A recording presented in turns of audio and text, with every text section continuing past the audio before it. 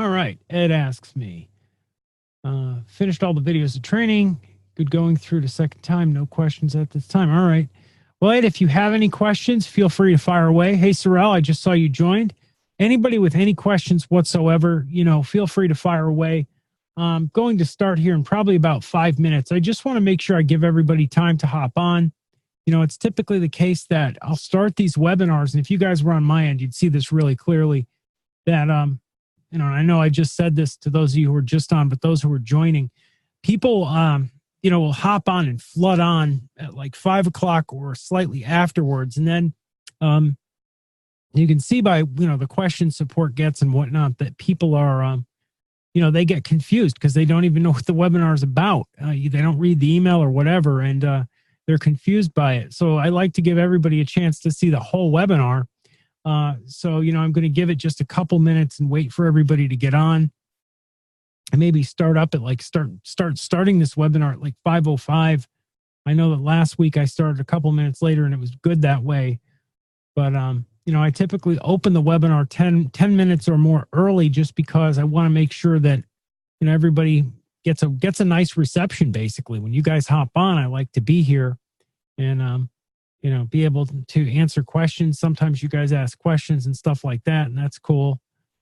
We're doing a lot of stuff here at Rocket Driver. A lot of things are going to be changing. A lot of things are going to be getting a whole lot better and a lot more efficient. We're doing a lot of stuff on our end. I can tell you guys that. It's just nonstop meeting after meeting after meeting, all the cool stuff that we've got planned and going on. Since I've come back, it's been crazy, just every day, tons of stuff going on. Hey there, we got another Edward on. Hey, Edward, how you doing? We're going to get started here in just a few minutes. And look, we got a whole bunch of people. Jane, June, and let's see, Apple. I have no idea who Apple is, but how you doing, Apple? Yeah, we've got a lot of people joining up right now. It's funny how Zoom works. Sometimes the names will pop right up, and then other times the name will come later. It's just weird how they just pop up as a dash and then just turn into a name. I'm working on a YouTube channel, guys. I'm going to be releasing a whole bunch of videos on YouTube, and we're going to be rolling out the channel here pretty soon. And I'm going to answer questions that anybody sends me. Any questions that you have, you'd like to see answered, in video format, just for everybody else. I'm going to start doing that as a part of the program. I think that's going to be something coming up here that we're going to implement, basically like a question box where you can ask me a question and I can respond by creating a video for you, and then everybody gets the answer. I'm really excited about doing that. I love doing vids. It's easy to do for me, and it's a great way to engage with everybody here in the program. And today's topic, I'm going to be going over basically habits of effective people and successful people. I see a lot of these out there. There's just so many of these lists that are filled with just nonsense. It looks like and I'm not criticizing the writer specifically, but it looks like somebody threw up a bucket list of human activities, like they drink coffee, they bathe every day, they use Dove soap. They put stuff in this list that is just, it's completely superfluous to their success, right? People who are successful, they eat certain foods, they like to relax. I mean, it's common sense stuff, a lot of it. There are habits that are legitimately unique to successful people, and then there's stuff that everybody from the laziest person to the most successful all have in common, right? We all wear shirts. We all put socks on our feet, right? There's a lot of things that have nothing to do necessarily with success. So I looked at some of these lists as I was looking through them, just brainstorming for ideas, because I was actually working on a YouTube vid, and I came up with the fact, I said, you know what? Nobody's ever really done, or at least people seldom do sort of a no BS list of what are successful people doing differently than normal people, right? Normal people are mostly all eating as well as they can. Normal people are all, going to sleep, right? I mean, that's something in here, going to sleep on time, right? Well, wake up and exercise. Okay, normal people are doing that. Just everybody's doing that, right? everybody, listens to some music. Everybody gives their eyes a rest. But what are successful people doing differently? And I found this list, and it's on CrowdSpring, and it's pretty dead on from my experience. Okay. And I'll paste it to you. And there's some simple stuff in here too. Okay. But these are some things that I've witnessed through the years. I've been involved with, just so you guys understand, I've been involved with a number of very successful companies. I was involved with an incredibly successful water purification company residentially. I was involved with a clinical research company that was incredibly successful and got bought out. I was involved with an HRIS company that became very successful and got bought out. I was involved with an educational software company that, again, got bought out. These grew and then grew from nothing to something and then were bought out by bigger companies. But that was where the owners chose to bring them, right? So I've been involved with a lot of different businesses that have been, very successful through the years. I've been involved with some flops, and I've watched a lot of feckless, idiotic entrepreneurs blow it, completely blow it. I've seen entrepreneurs blow hundreds of thousands of dollars and get nowhere. And I've also seen entrepreneurs start with nothing and, grow to be millionaires. So I've seen both ends of it. And I'm not saying I'm the ultimate authority, because there are people who've seen 1,000 times what I have. But I have a pretty good idea when I'm looking at a situation and an individual, whether they're going to be successful or not, based upon the traits and attributes that I see. I know what successful people are like, and I know what they do and what they don't do. And it really boils down to a certain unique cocktail of sort of traits you see in people that are successful versus people who are not successful. This list hits a few of the things right on the head. It really hits them well. Measuring progress. Now, I would add to this. This basically starts off saying, that highly successful people measure their progress. I would say that highly successful people demand progress. Number one. It's not enough just to measure your progress. You have to have sort of a yardstick to begin with. You have to say that, okay, my goal is that within, a certain time frame, say it's within 3 months, I'm going to be at X position. And then 3 months, I'm going to be at Y position. And, in a year down the road, I'm going to be at Z position. Okay. It's not just enough to say, hey, we're going to measure, how we're doing. Everybody measures the sales they have, right? Everyone has a CRM and can see where they're going with that. You have to have actual hard goals. And that means that you have to know where you are right now. So you have to get your bearings, first of all. And that's where I see a lot of people, particularly entrepreneurs that start off in an industry they don't really understand, or new to a business, new to an industry. They don't really realize relative to others where they even stand. Okay. And so they don't have an idea of what progress even really looks like. A lot of people jump in, and it's almost like if you never went fishing before. Let's say you'd never cast a pole in your life. Your first cast, you're not going to know if that's too short, of a cast, if you did it terribly, if you did it great. You're not going to know because you have no frame of reference or perspective upon it. So the first thing you have to do is get a frame of reference before you can even plan, and way before you can measure progress, right? So what I always advise to people is, and this goes for any industry and any business that you have. First thing you have to do is get a gauge of what you consider progress to be. Is it financial? Is it number of clients? Is it all these things combined? Over what time span do you want to get to these various locations? And also, where do you stand relative to somebody else? And what I mean relative to this industry is, you guys are just starting up, right? Say that you just started and you don't have one client, not one. Let's say you're starting at zero. In a lot of people's minds who are brand new and have no clue, they're going to say, well, I want to get 10 sales this week, right? Instead of a plan that would make more sense, that might be, let's get 10 sales this month, or let's get 5 meaningful sales this month. Meaning, let's focus our efforts and get 5 sales that bring us in excess of $1,000, so that at the end of the month we had a good profitable month. Next month, let's not lose any of those 5, and let's aim for 7, right? An improvement of, whatever, what is that? About 45%, something like that. Let's get a small improvement the next month. And then after that, let's build upon it.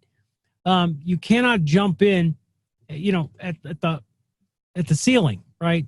You jump into this and you have to slowly build up to getting where you're going to be. So you have to come into this arena and really understand you're starting at 0. You're not going to jump and leap to 10. You're going to have a middle ground somewhere. Where that middle ground is really depends upon, you and what it is that you end up doing. I have a dog next to me driving me crazy, by the way. For those of you watching me wondering what I'm doing, my dog starts to snore and go crazy. She's a Japanese Chin, really nice dog, but really noisy.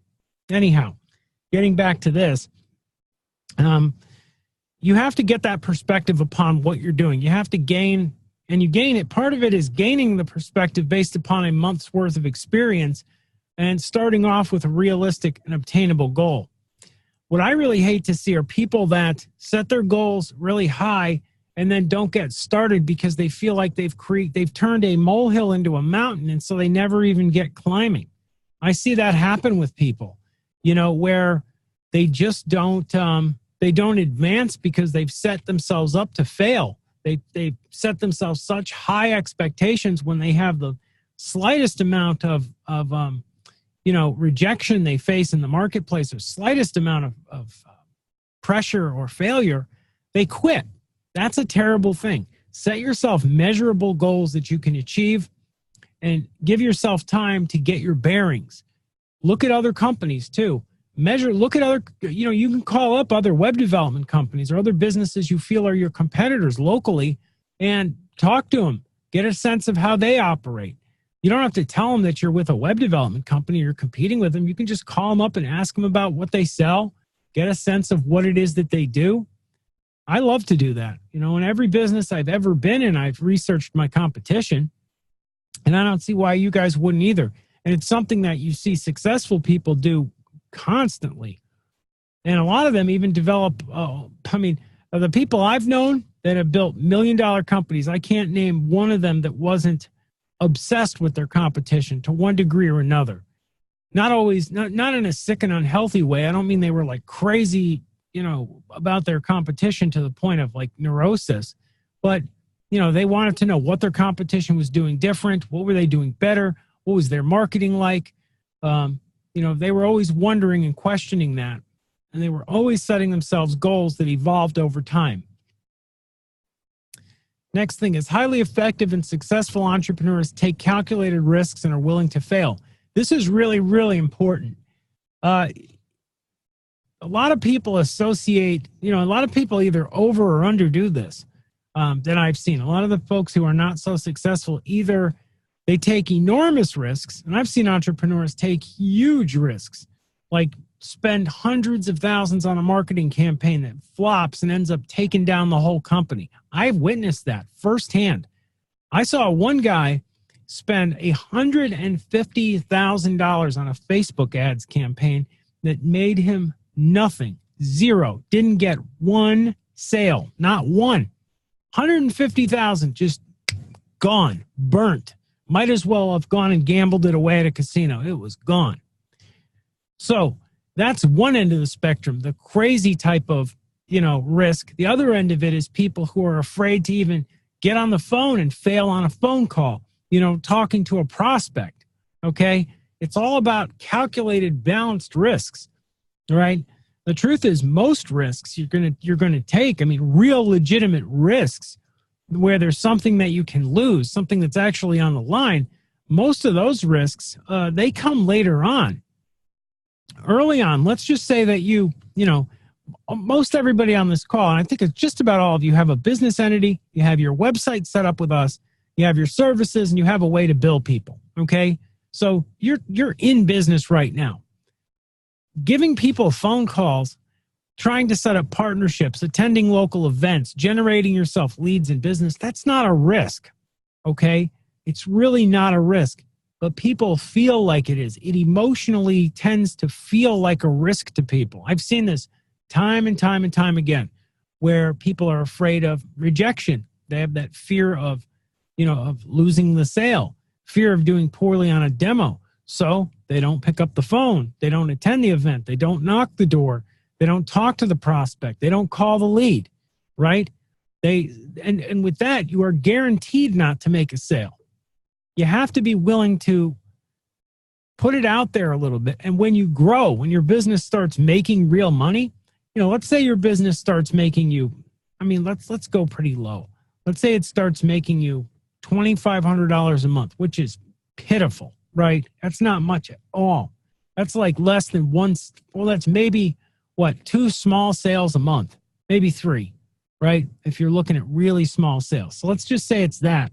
You're closing 3 small pieces of business a month. Now, typically when you're in that range, that means it's not your full-time job. So you still have a full-time job. You're closing a few pieces of business, working on the weekends, whatever, which is cool. Let's say you're doing this as a part-time job. It's giving you a little bit of income. A calculated risk would be turning around and taking a little of your money from, on a monthly basis and spending it on doing some advertising of your own, spending it on attending a local home show or trade show, spending it on doing some, local mailings, spending it on something that you can do to promote your own business. A lot of people don't do that.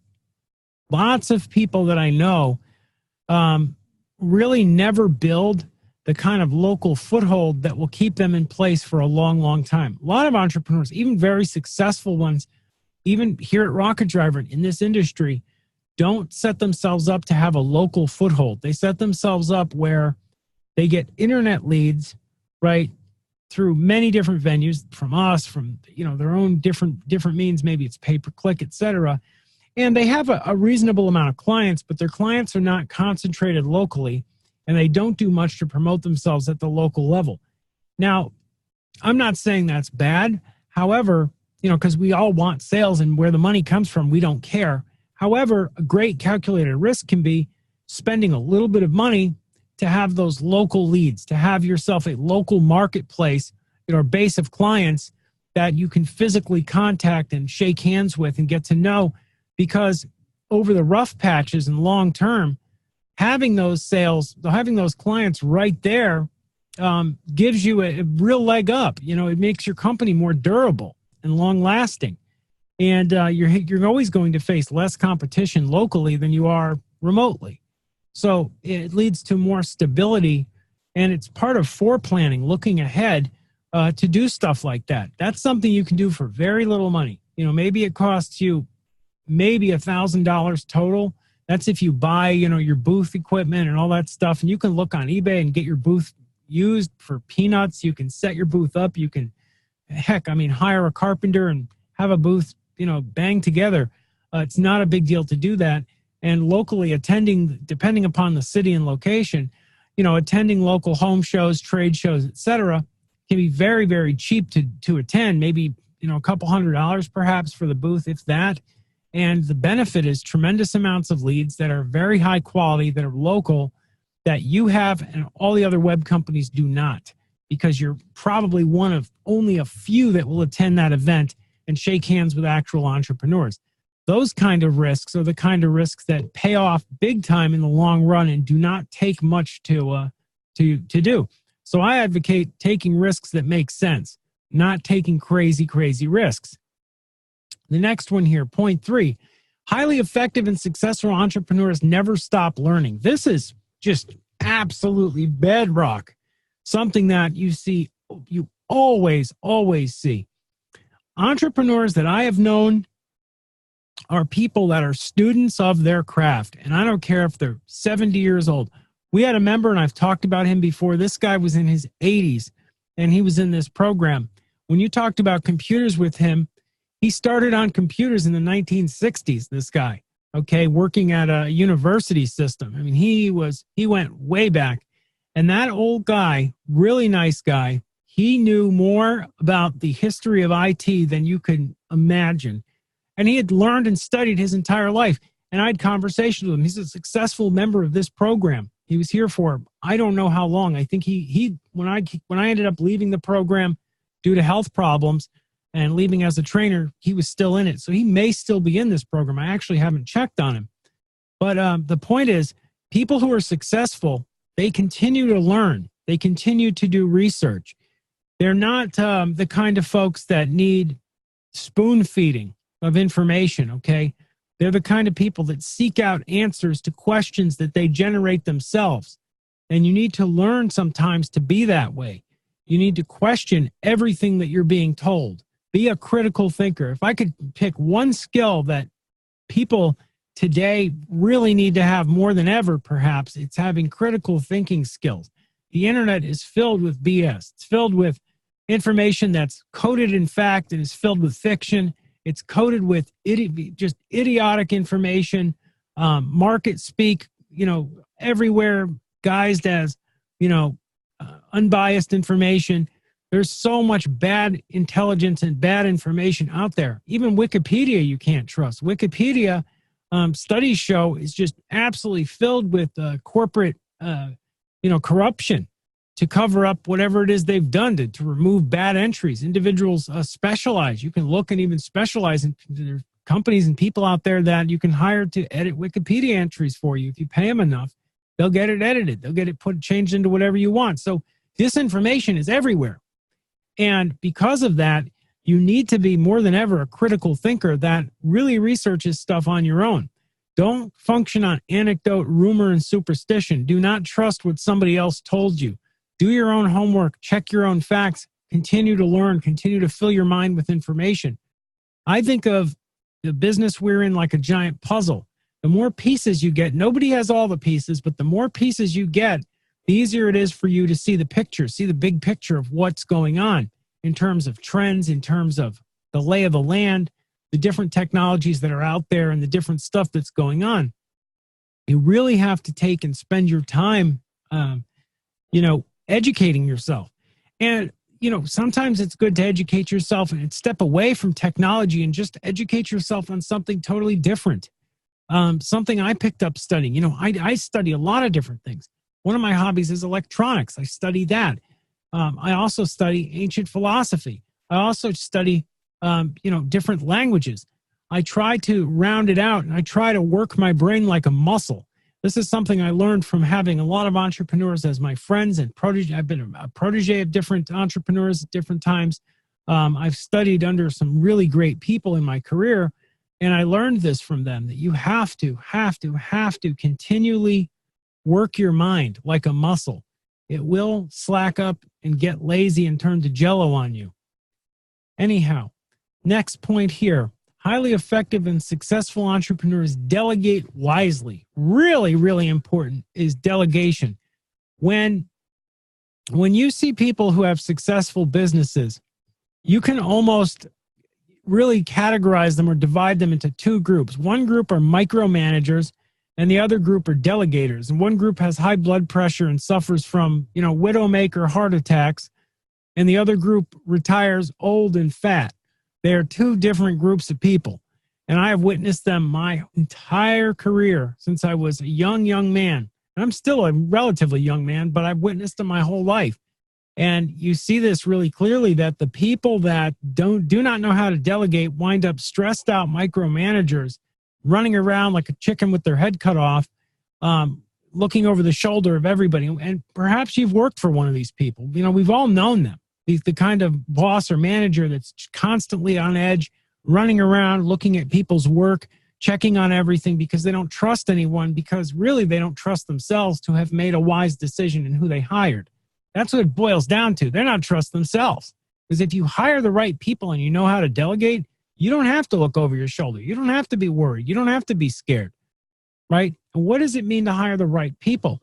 Well, it means to vet people correctly. And it means to give people enough rope, not that they hang themselves, but to give people enough rope that they make mistakes, they learn from them, they correct themselves, and over a short period of time, relatively short period of time, they become experts at their job at your company. But you have to give people enough breadth or enough slack for them to be able to learn their job. Nobody is going to function like a robot. Nobody is going to walk in day one, do their job perfectly. I don't care if it's a salesperson, if it's an accounting person, if it's an HR person, if it's a technical job, does not matter. There is a ramp-up time or an onboarding time associated with all jobs. Everyone performs at all businesses. And you need to factor this into your process. And delegation is really about figuring out, exactly how you can get these people to come in and get ramped up as quickly as possible, while at the same time not turning yourself into a micromanager. Really critical. Next point here is highly effective and successful entrepreneurs acquire and manage talent. Now, this is only somewhat relevant to us right now, to most people here, because for most of you, acquiring talent means bringing on salespeople, right? For most people, that's where it begins and ends. However, over time at your business, it can become a lot more than just bringing on salespeople. It can be about hiring managers, hiring even technical people, hiring customer support staff. When it comes to building a business, I don't really care what business it is. You have to bring on people that not just love their job, but have longevity at their job. If I had two different people, if you gave me the choice between somebody who was passionate short term with their job, but long term they're going to burn out and leave me hanging, or somebody who is good at their job, competent at it, but mature and stable and going to be there day after day, year after year in that job, I'm always going to choose the mature and stable person. Talent is something that you have to always balance against maturity and stability. And that's where I don't really disagree with the article, what they have to say here. But I've seen people who are incredibly talented at different tasks get really bored with them. They were talented because they were better than the job, right? You see this a lot with people, particularly when you see like salespeople who are in customer support jobs. Really good salespeople do amazing at customer support. However, customer support is a job that's below them. It really is. They're good at it, but where they really belong is out there pushing product and selling, right? Something that challenges them. Everybody has to be, to a degree anyway, challenged every day at their job. If what you do is so easy that you're sitting there yawning and falling asleep because it's not stimulating your mind to have to work, you're going to burn out. So when it comes to bringing on talent, if you're bringing on people that are going to yawn and burn out, it's not really wise hiring, is it? You have to bring in people that grow into the job. So you want to bring in people that you're pushing them just slightly out of their comfort zone, so that when they're in that job, when they're doing that function, they're having to work a little bit. And I don't mean work them like crazy or burn them out that way, because people burn out the other direction, but you want them to have to learn the job. You don't want them to know it already and have it be something too easy for them where they're going to walk off and leave you hanging. And you see this a lot with successful entrepreneurs. Entrepreneurs, and at least in my experience, I've seen people staff everything from phone rooms to development teams to quality control teams. I've seen them staff engineers, clinical research coordinators, people who went out and did field trial, did the actual testing, all kinds of computer jobs all over the spectrum. And I can tell you this, from my experience, hiring people, the hardest job to staff for, period, is customer support, because customer support is one of those jobs that inherently is brutal. I think it's a lot more brutal than sales, because people who do customer support nowadays face continued unending abuse on the phones. And it almost doesn't depend on the industry. It really doesn't matter what job they're doing. If they're doing customer support, they are going to see people at their worst every single day, all day, and they're going to catch all the flack for things that are not their doing on a continual basis. It's terrible, but it's also unfortunately true. And because of this, you have very high burnout rates and very high attrition rates. People quit that job all the time, and it almost doesn't matter what they get paid. I know of a business local to me that's paying something like $35 an hour to customer support people. I mean, this is a absolute entry-level job. They're hiring, 18-year-olds and paying $35 an hour, and they still can't keep themselves staffed, just purely due to the constant abuse these people take. It's a utility company. These kind of things go on. So keep that in mind. You shouldn't have to deal with this as much for one reason. You're supporting clients that you sold. right? One-on-one. If they call you up angry, and they will, they're usually going to be tempered by the fact that they were sold by a person at the company and they didn't just buy something off the shelf at your store. But in any event, make sure that when you hire people, you always weigh the pros and cons of where that person is in terms of their career and skill level against the complexity of the job. Point 6 here. Highly effective and successful entrepreneurs know when to say no. Absolutely essential is knowing when to say no. Something that kind of always has cracked me up and always made me laugh is that if you look at who gets sold, right, and I think most of you already know this, salespeople are the most easy people to sell on almost anything because they get hyper, they get excited, they buy on emotion, they're filled with emotion. And because they're filled with emotion, they're able to get other people excited and trigger other people to buy. But they themselves are vulnerable to it. Entrepreneurs generally have an off switch in terms of their sales persona. Okay. I have noticed this a lot. I noticed this I'm thinking of several entrepreneurs right now that I've seen this with, that when you approach them to try to sell them something, they'd turn that off switch and they weren't going to be sold because they had good control over their own emotions and good comprehension and wherewithal to see when they were being sold something. You have to be able to say no.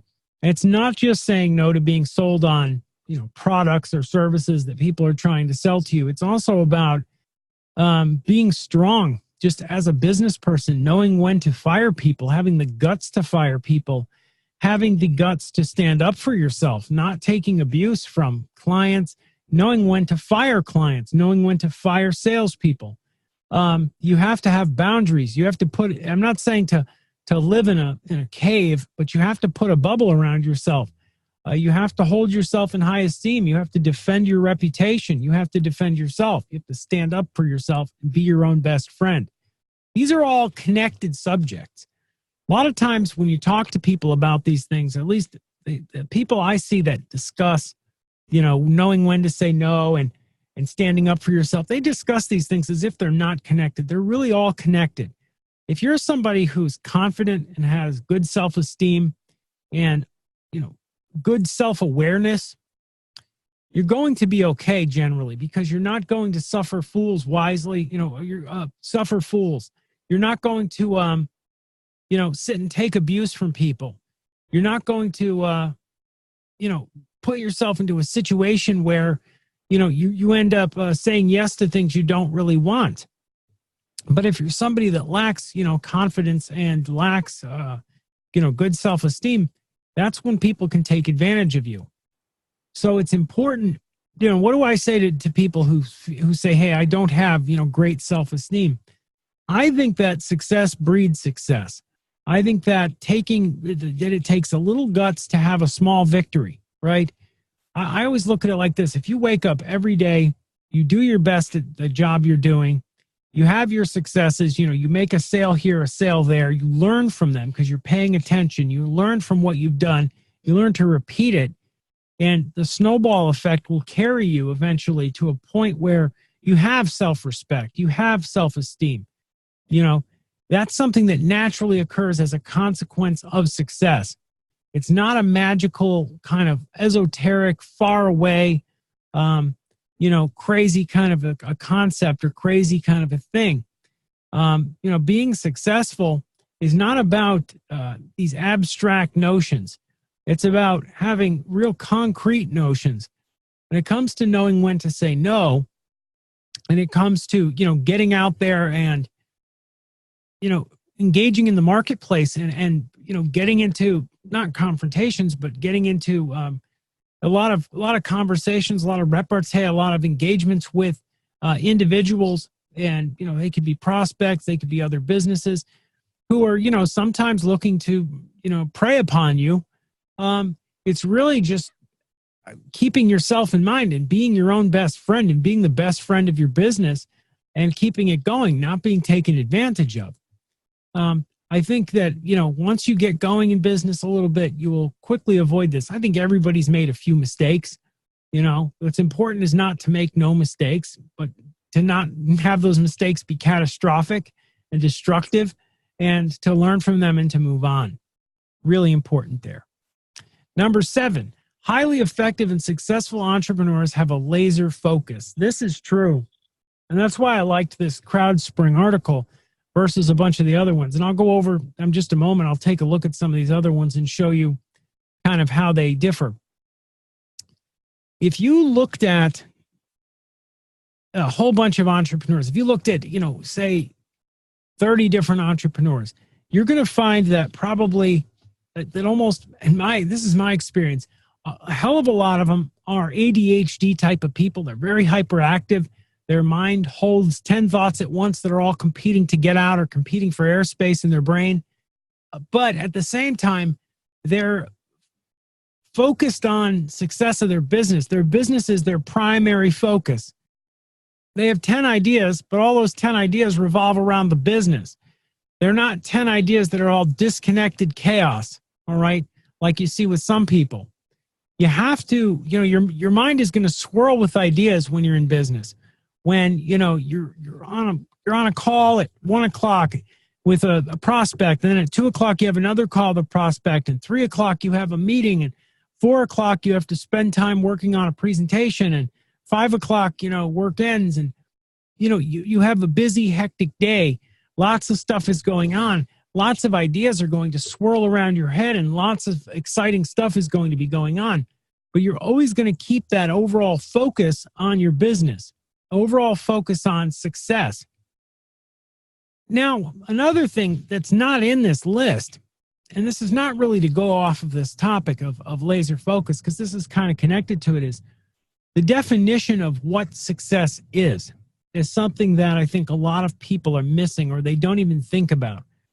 If you ask, a lot of people, what is success? You'll typically hear, because I've done this before, lots of money. They'll usually respond one way or another. Wealth, money. Some will say power. Maybe they'll say fame. But they have it's a very short list, and it's not very nuanced. It's pretty blunt. All right. Money, wealth, cash, riches, that kind of stuff. That's how they define success. And I always say that it's funny how you have a business that's incredibly complex, that has tremendous nuance to it, and yet the end goal of the person running the business is something blunt and crude and, very two-dimensional. There's not a lot of dimension or depth there. What I like to see people doing, is just my advice, is in your mind, craft a very definite dream for yourself, a very definite, nuanced, three-dimensional definition of what success is for you. Maybe success for you is, an early retirement. Well, if that's the first thing you think of, answer this: where? What kind of a house do you want to live in? What kind of car do you want to drive? What are your days going to look like when you're retired early? Are you going to play golf? Are you going to have a boat? You're going to go fishing a lot? You're going to go hang out with your friends? And to add some color and some richness and some depth to that dream. Weave it together in your mind. When you have a much better picture of what success is, you may realize, honestly, that you can get there a lot sooner than you think. Because when you start to add up what that successful life looks like to you, what that successful day and that successful sort of vision is in your head, it's not all that crazy to realize that you can attain it pretty quickly for most people. It's not far off. It doesn't have to be. It doesn't have to be some far away vision way in the future. It can be something that's relatively up close and personal and in the now. And this is crucial. This is something that is very important for you to understand, and really important for you to think and grasp and roll around in your head, that, it's not going to take you 5 years to be successful. It's just around the corner for most people. For most people, the difference between feeling like they're poor and feeling like they're rich is only a few $1,000s a month expendable income. If you had a few $1,000s extra just to burn every month on whatever you wanted, right? Say it's $3,000. That could be, 2 sales a month, 1 sale every 2 weeks. at your business if you keep your job, and maybe it's 4 sales or 5 if you pay your bills with your business and you want that money in your pocket. It's not very far away to get there. And when you do get there, imagine how your life is going to change with just a few $1,000 extra a month to just spend on whatever you want. The stuff you can buy. Well, that's a new car. You can go lease a BMW. You can go lease a BMW, probably move into a bigger apartment or better house and pay the mortgage comfortably. You can really literally transform your life for very little. It doesn't take millions and millions of dollars to live a really high quality life. And part of the problem there is I think that people are not obsessed with having perfection, but I think they don't understand sort of where they even are standing right now. They don't have that sort of a comprehension of how soon it is that they can be successful. And this comes back to focus, because when we talk about focusing on your business, it's about perspective too. It's about keeping things in perspective and building your business into what it is you want it to be. Now, I wanted to go over some of these other articles just because they have some good points in them. They also have some really kind of nonsense points. Not nonsense, but common sense points. Things that I think are just a little too simple. This is the Inc.com article, 33 Daily Habits of Highly Successful People, that they have that the rest of us probably don't. Number 1 is read about your industry and beyond. Well, that's kind of a no-brainer. If you're not a student of your craft, reading, studying your business, how are you going to be in business and not do that? You have to do that. You need to spend time studying and reading and educating yourself. And I already went over that. Keep a daily journal. Do you really need a daily journal? I don't know if all successful people do this or not. I certainly haven't seen any that kept a diary, but maybe they did in private. I don't know. I don't keep a diary. I have a notepad. It's filled with notes. It's got nothing to do with my thoughts, though. It's just notes on business. Work out for a strong body, which holds up a strong mind. Well, everybody should be exercising. I think we all know that. And some of us do and some of us don't. I periodically exercise. I can tell you guys, I don't exercise every day. I don't have the time. I certainly don't. I certainly would like to, and I should. But, if you don't hit the gym every day, it's, is it the end of the world? I don't know. Some people would probably say, yeah, it is. But something that works for some of us and doesn't work for others. I advise it. I certainly think it's a good piece of advice. Remove fear. Okay? All right, and this is what they say about this. I find when working with others, we seem to reach a barrier to getting something done. The barrier is really about fear of failure, fear of being blamed, fear of accountability, etc. Understandable for an employee, and I guess they're talking about successful people in general, and you do have employees that are, have that fear of taking ownership of things. Generally, though, if you have an employee or if you have a group of people, say, under your employee, and they can't get a task done because everyone's afraid to make a decision, that's either the result of very poor management that's put fear into them needlessly, or it's a result of very poor hiring. You hired, people who are lazy and, let's face it, a little slow too, to have fear to not even do their job. Okay? It's kind of ridiculous. I would get rid of those people like that. I wouldn't suffer a fool like that for 2 seconds. If you have an employee that's not doing their job saying, I'm afraid of doing my job. Nope. Get out of here. Okay. Unplug without a device. This is a smart one. I think this is really smart. And me and my wife actually started doing this on our weekends, taking one day a week where we unplug our phones and our devices and spend an entire day without devices on, no screens. And you'll be surprised. It brings you back to a time before technology, and it's actually very relaxing to not have your phone ring or the TV on or any screens whatsoever. Although it's not for everyone, it's certainly something that I can attest to. It definitely relaxes you. Check your pride at the door. This is really crucial. I can't tell you how many people I have seen taken down by their egos when it comes to business. People get in fights with clients, fights with employees, employees get in fights with other employees, contractors with contractors, contractors with employees. The ego is really probably, I'm not going to say it's the number one impediment to success, but it's up there. It's way high on that list of the things that will cause you to stumble and trip and fall, and not just in business, but in life. You need to look at things cold-bloodedly in business.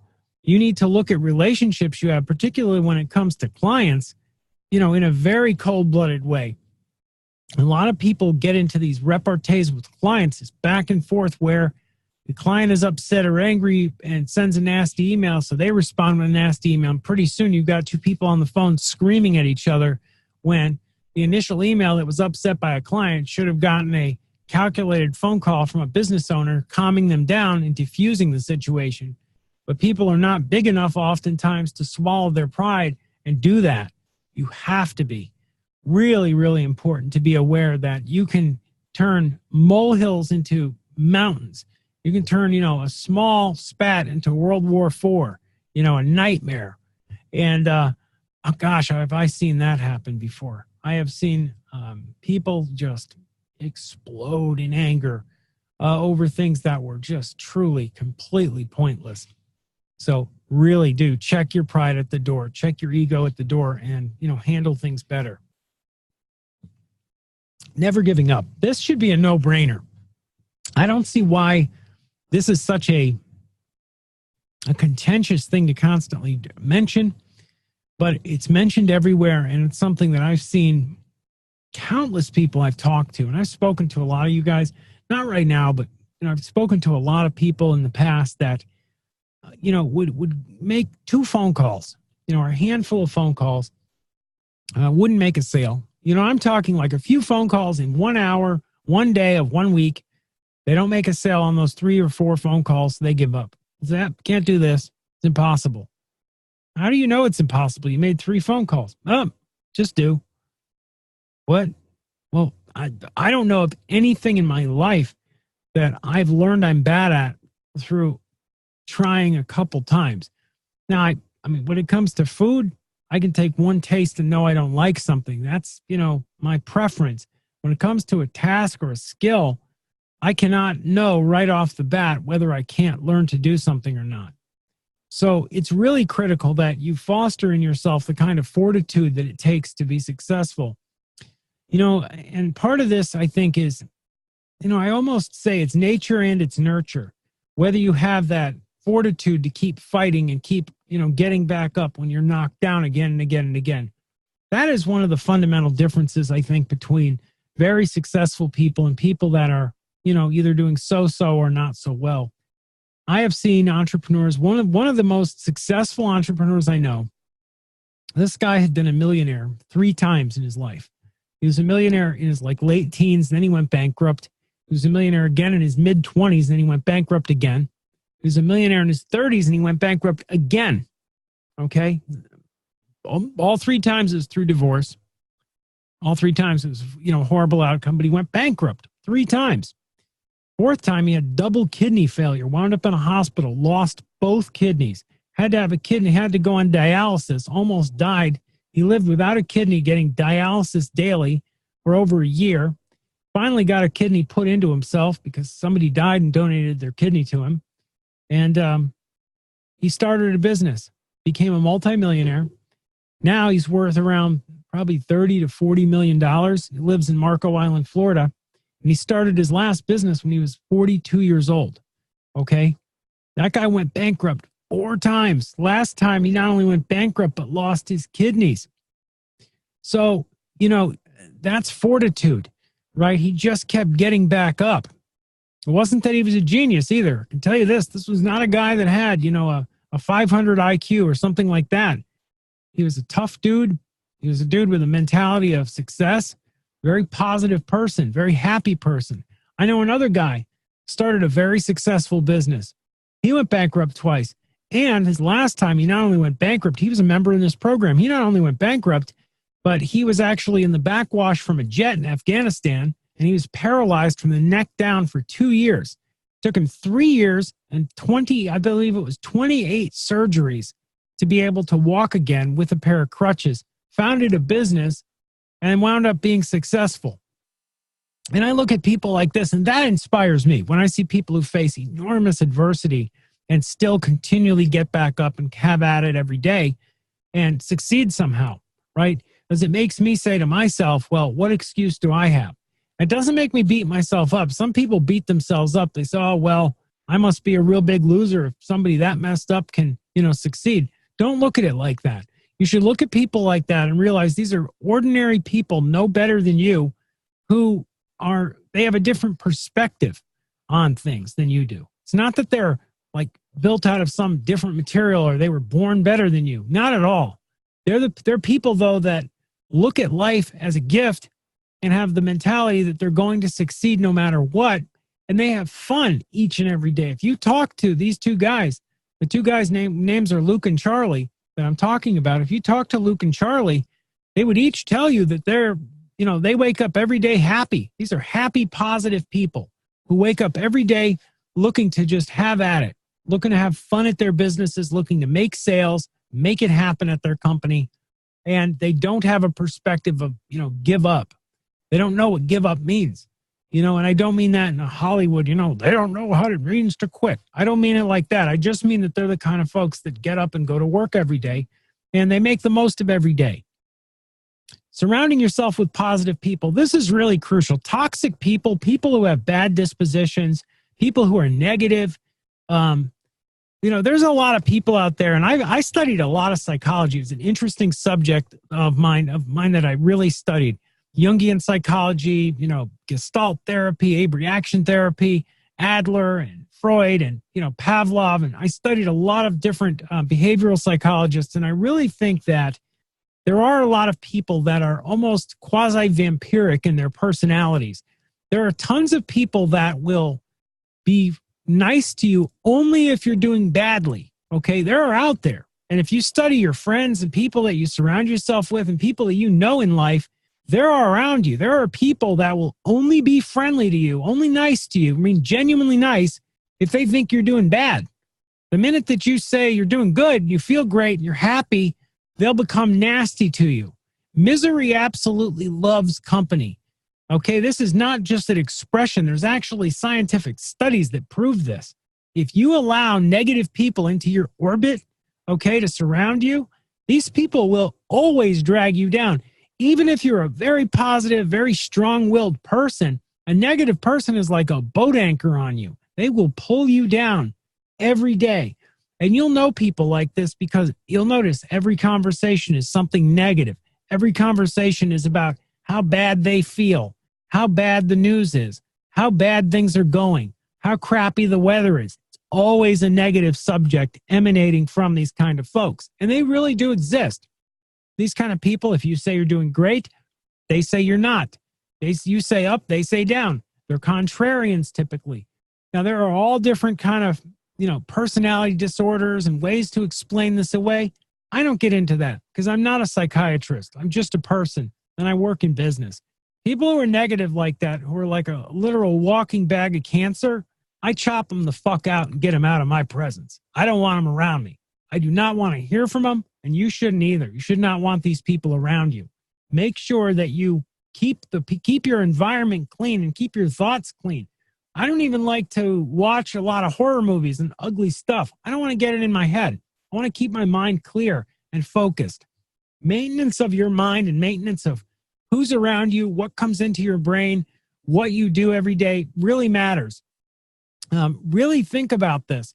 There are a lot of studies on this, on NLP, on behavioral psychology, a lot of studies on this, on personality types and who's influenced and who's not.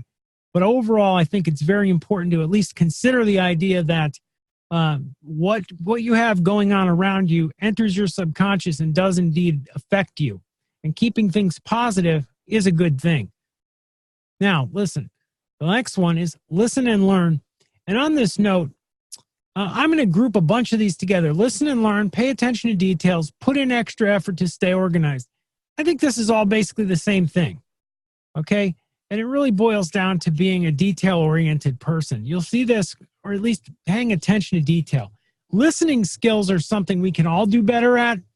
I know that I could do better at listening. I know that everybody can. no matter how good you are at it, no matter how aware you are of listening, you can always do a little bit better. What you'll see successful people do, and I've witnessed this clearly with everybody I've ever met almost that was very successful, is the other person starts talking, they shut up and they listen and they thoughtfully listen and they absorb and pay attention to what they're hearing. And they're not just listening to what a person is saying, they're listening and watching how they say it.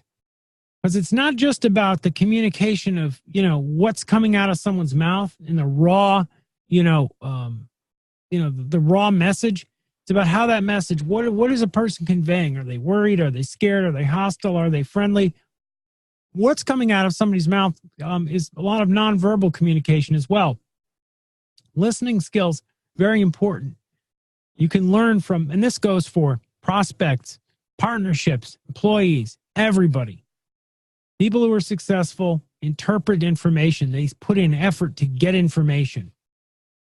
They're almost always organized. Organization is crucial. And really, I would have put this in this other list. Organization is just so critical. When I was a young man, my first business, it failed. And it failed primarily because I was disorganized mess. I didn't know how to be organized. Then I blamed myself at the time. I look back and say, how could you have known?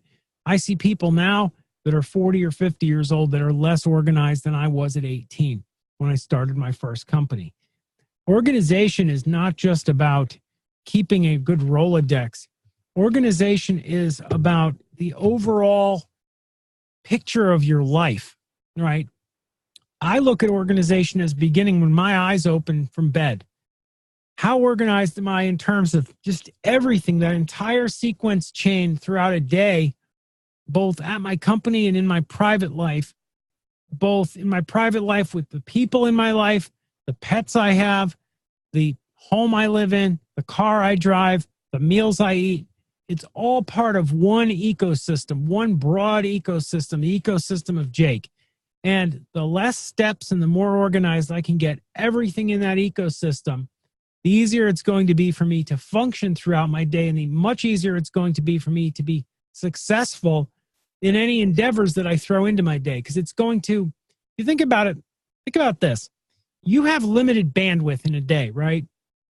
You know what bandwidth is? Bandwidth's like lanes on the road, right? There's only so many lanes, so many cars can travel down the road at a given time, right? You have a limited amount of lanes. If I fill my day up with personal nonsense and nonsense about food, nonsense about clothes, and nonsense about friends, nonsense about entertainment, nonsense about, I'm not going to have any room for work. Or I'm going to have limited room for work and I'm only going to focus so much on it. What I want to do is have the maximum amount of bandwidth. So I simplify things in my life as much as possible to keep as many lanes open for important traffic as possible. So I can spend the maximum amount of attention on things that matter and ignore things that do not. Next one here, keep some balance in your life. Obviously, you have to keep some balance. This gets exaggerated a lot, though. I think a lot of people exaggerate balancing work and play, and it's kind of become a cliche, I blame The Shining for it. All work and no play makes Jack a dull boy. I think that kind of caught on and became a cultural phenomenon. Write down your gratitude. You know what? I don't know. You can write down yours. I keep mine handy all the time, and I thank everybody in my life that helps me with everything that they do, and I'm eternally grateful for the opportunities that present themselves. I don't know what good writing it down would be. Deprioritize opportunities which don't fit your goals. This can be, what does this mean exactly? Right? Does that mean deprioritizing my wife's birthday or anniversary? What does that mean? There are a lot of things that come up that don't fit my goals, but you know what? They're part of life, and some things you can deprioritize, like entertainment and video games and things like that, whatever else. But there are also a lot of things that you can't avoid. If you have kids, they're a priority no matter what. Number one, you're not going to push your kids aside because of business. Adapt to what the present holds. Adaptability is really important. And it can't be stressed enough. Adaptability is really, this deals with personality types. You see a lot of folks in business that look at it like it's a paint by numbers affair. They look at starting a business as though it's something where you, the way that you start a business is you go and you have this template and you're going to do step 1, 2, 3, 4, and 5, right? And they start to execute this templated format, and then something comes up which doesn't fit, and they freeze up and collapse.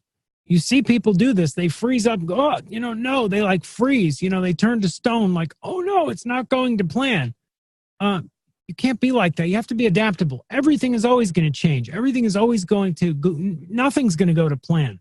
That's how business is. That's how life is. Nothing goes to plan, right? All kinds of things in life are like this. You have to be adaptable. Now, these last two they put here, pick 3 things to do each day and start each day with a small, meaningful win. You know what? I do think it's important to break down large tasks into small tasks and to always challenge yourself. I would say challenge yourself in different ways. When it comes to growing your mind and growing your experience and knowledge, it could be something as simple as deciding that you're going to go online and research a new topic, read about a new industry, buy a book. Challenges come in many different forms. They're not all, really tough challenges. The main way that I think everyone should be challenging themselves is making more phone calls to talk to prospects to make sales. If you make that your challenge, you're guaranteed to win no matter what you do. Anyhow, guys, we've reached time. I'm not going to do a Q&A today. I'm just going to end the webinar. And guys, it was great speaking to all of you. Have a wonderful weekend, and I'll see you next week. If you have any tips or suggestions that you'd like to see me answer you back in a video format or give you an answer to, if you have any questions for me or tips or topic suggestions for the webinars, please hit our support department with an email, and I will certainly get back to you as soon as possible. Thank you, guys, and talk to you soon.